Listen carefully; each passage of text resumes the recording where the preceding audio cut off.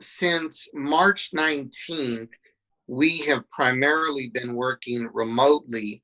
However, our Northeast facility has been open to the public Monday through Friday. So we felt very strongly that if individuals or families needed our help, they could come to the building and find somebody there.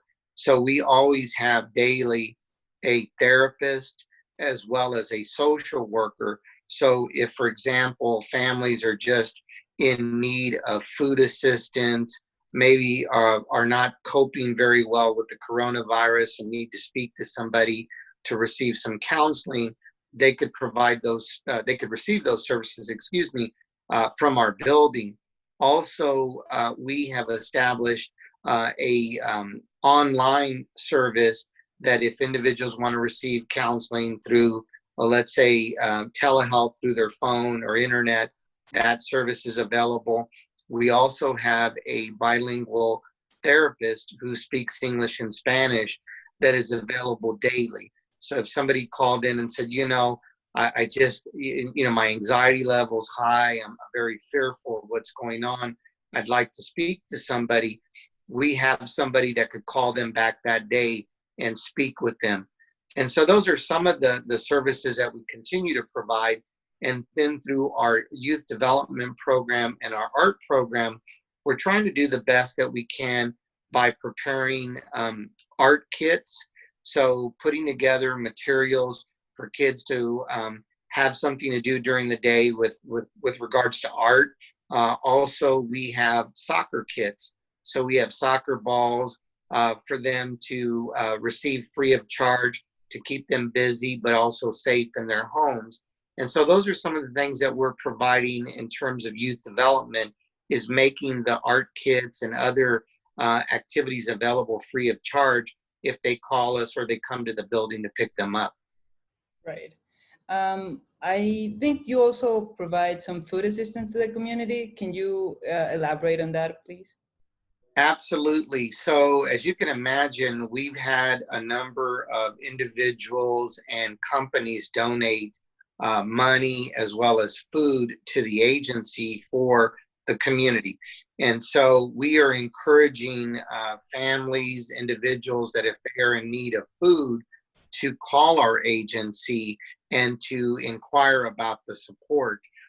So we anticipate here in the next week, we're going to get a pretty large shipment of food that we are going to donate to the community that includes canned meat, pasta, rice, peanut butter, other things like that. And then we're going to be in a position to also purchase some additional food. So we really want families to know that we are here for them.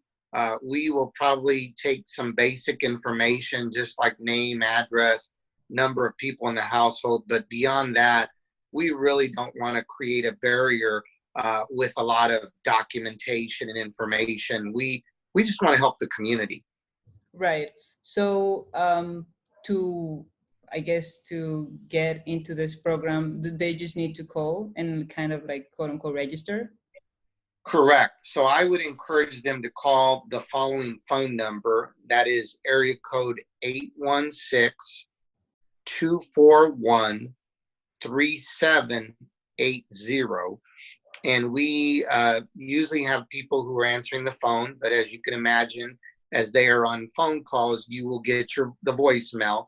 And I would encourage people to leave their name, a phone number, and what is the best time for us to call them back, and we will return the phone call. So we want to hear from the community in regards to their needs for food. Right. You said that your Northeast office is still open. Is it open? What times is it open right now? Sure. Yes. So our Northeast office, which is located at 148 North Topping Avenue, is open Monday through Friday from 9 a.m. to 5 p.m. Okay. So if somebody were to come to the building that we're in a crisis situation, we have staff there and they would allow them to come in.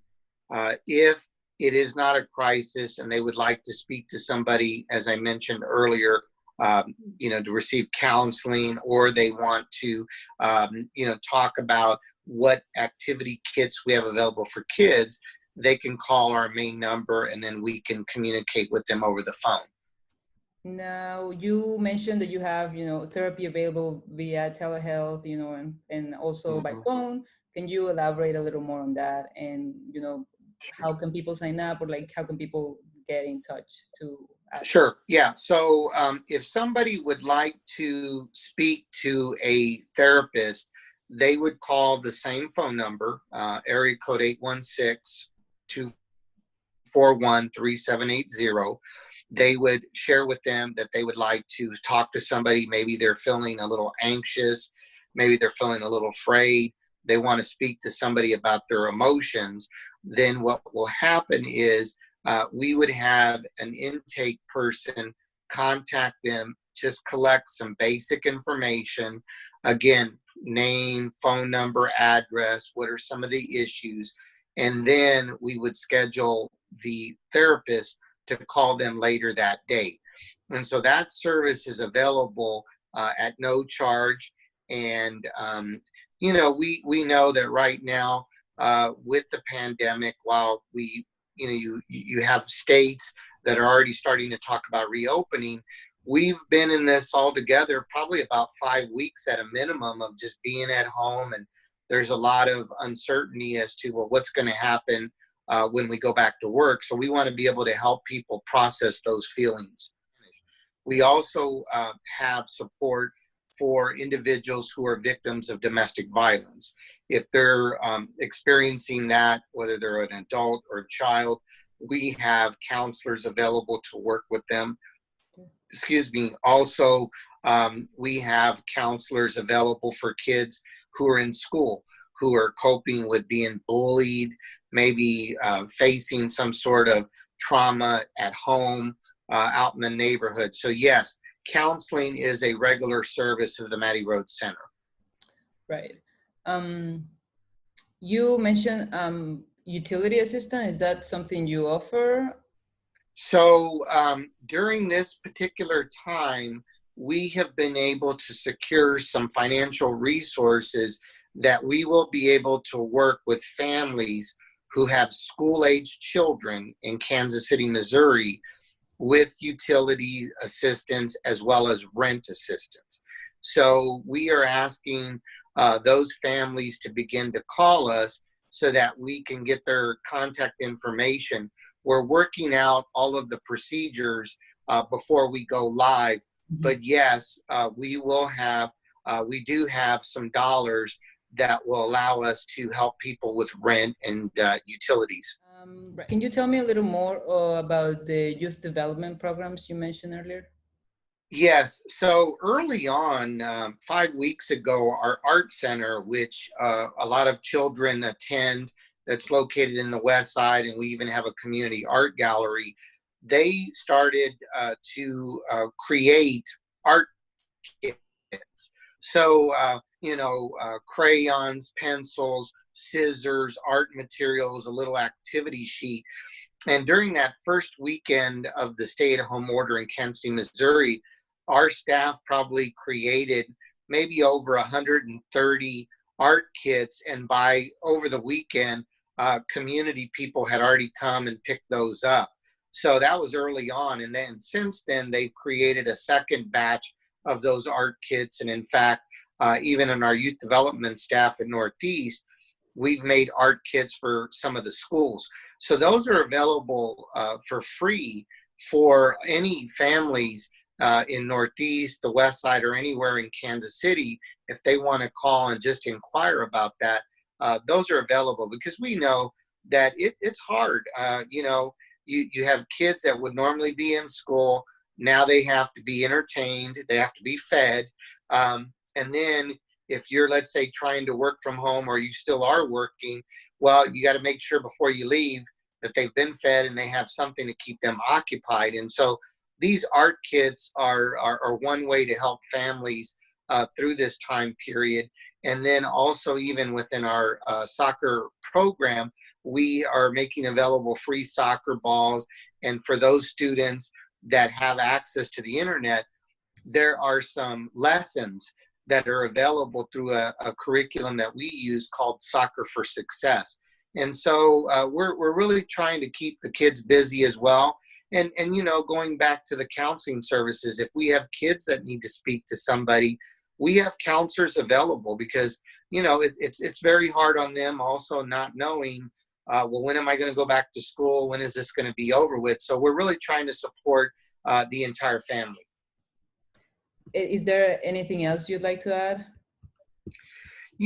Just that I know this is a very difficult time period.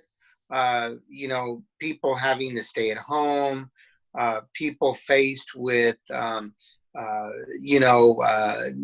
having a paycheck, having to take care of your kids, trying to, keep healthy and safe. So there's just so much going on. And I want our families to know that Mattie Rhodes Center wants to hear from them.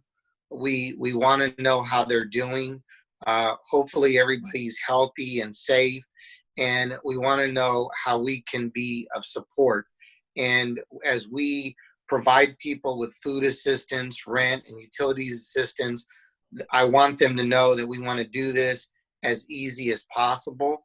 And that also we have all of the services that we had been providing before the stay-at-home order was issued still available. So while it's sometimes a little challenging to talk to somebody over the phone or through telehealth, we do have the services available. Our staff at Mattie Rhodes Center have been very incredible about finding ways to reach out to the community, have come to work where we have adhered to the social distancing, never having more than 10 individuals in the building, coming, wearing masks, being safe. So I really applaud their efforts to making sure that for the community, they know that Mattie Rhodes is here, that we didn't close the doors, we didn't turn the lights off. We're trying our best to be here for the community. Right, thank you so much. Are you also taking donations if individuals want to donate? What kind of donations are you taking? Absolutely. So I think any food donations are important. Also cash. I would share with you that our fundraising director shared with me that we actually was our art center staff person that said that we had an individual who wanted to donate their stimulus check to families. Mm-hmm. And so I think that really speaks volumes to the level of support that we have out in the community. So if individuals want to donate food, they want to donate baby wipes, any type of soap, detergent, they want to donate cash to help families, specifically with, let's say, rent or utilities, or just, in purchasing anything that they need. We definitely will, we are open to receiving donations and appreciate people's consideration to contribute to the Mattie Rhodes Center.